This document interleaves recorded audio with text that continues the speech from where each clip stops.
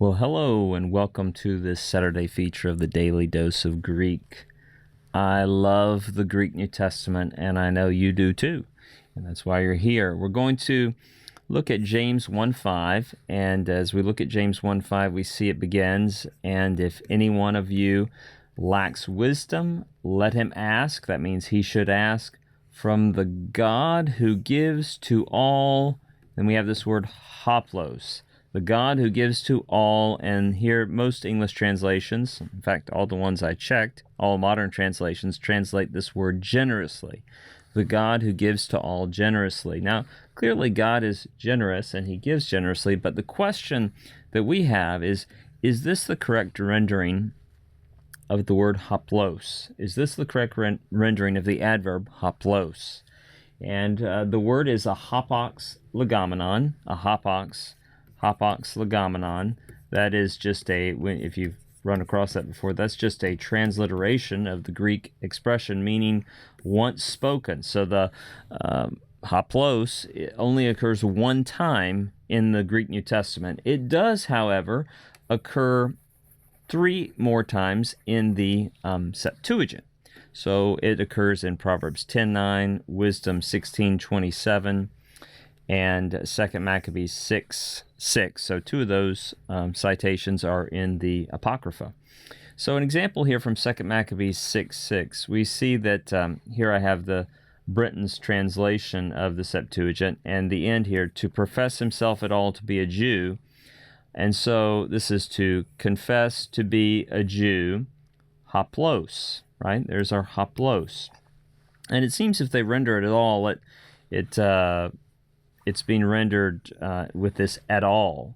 If you look more broadly at the sentence, neither was it lawful for a man to keep Sabbath days or ancient feasts or to profess himself at all to be a Jew. So hoplos here seems to have the idea of openly, with integrity, and that kind of openly, sincerely, unreservedly, is also conveyed by the use in Wisdom 16:27 and Proverbs 10:9. They do not translate, none of those places translate well with generously. When we look in BDAG, right, the best Greek lexicon for the New Testament, BDAG, we see that we find a similar definition given here. Hoplos here is defined as pertaining to being straightforward, simply, above board, sincerely, openly. Even our citation from James 1:5 has the suggested translation without reservation.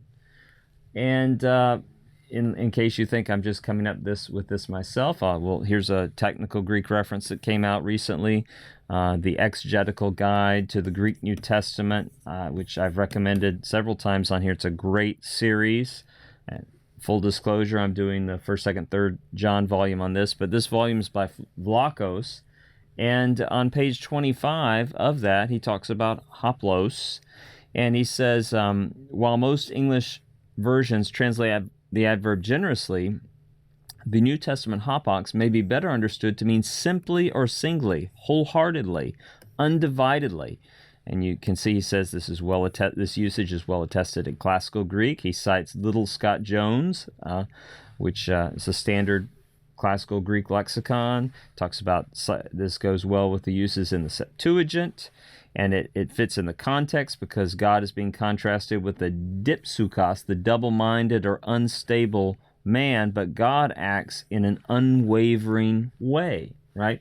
So you look at this, you say, well, you're saying the Septuagint, extra-biblical Greek, the Greek reference works. Where in the world did this translation come from in English translations? Well, I think we're just carrying on the tradition of the KJV here, and again, the early translators there, if you look in their preface, they're very above board. They say, our scholarship here is not the final word. It's provisional in that it's open to revision by further discoveries and study. And so in the KJV of James 1:5, the word hoplos is translated liberally, and then as that translation the KJV went through revisions and permutations. Specifically, I'm thinking about with the Revised Standard Version, kind of the grandchild of the KJV, we can see that becomes generously. I didn't trace this out through all permutations of descendants of the KJV, but I think this must be where it came from. We have to ask ourselves, what would it look like in this verse to really understand it better in context and really respecting what the word haplos means? So we're instructed to ask, to pray, and we ask the God who gives to all haplos, who gives to all unwaveringly, without hesitation. And he gives in such a way that he may anadidzantas. He does not reproach us, as most translations say. So what do you say? Well, what does that mean that he gives without wavering, unwaveringly and non-reproachingly? What does that mean? Well, I'm working on a commentary on James right now for the ESV Expository Bible Commentary, which will come out in a few years. And I'll just read you some of my thoughts about this. James is contrasting God with the fickle human of verses 6 to 8. The doubting man is double-minded, unstable, and erratic as a choppy wave in the storm-tossed sea. God, on the other hand, acts with single and unwavering intent. He does not offer a gift only to pull it back a moment later.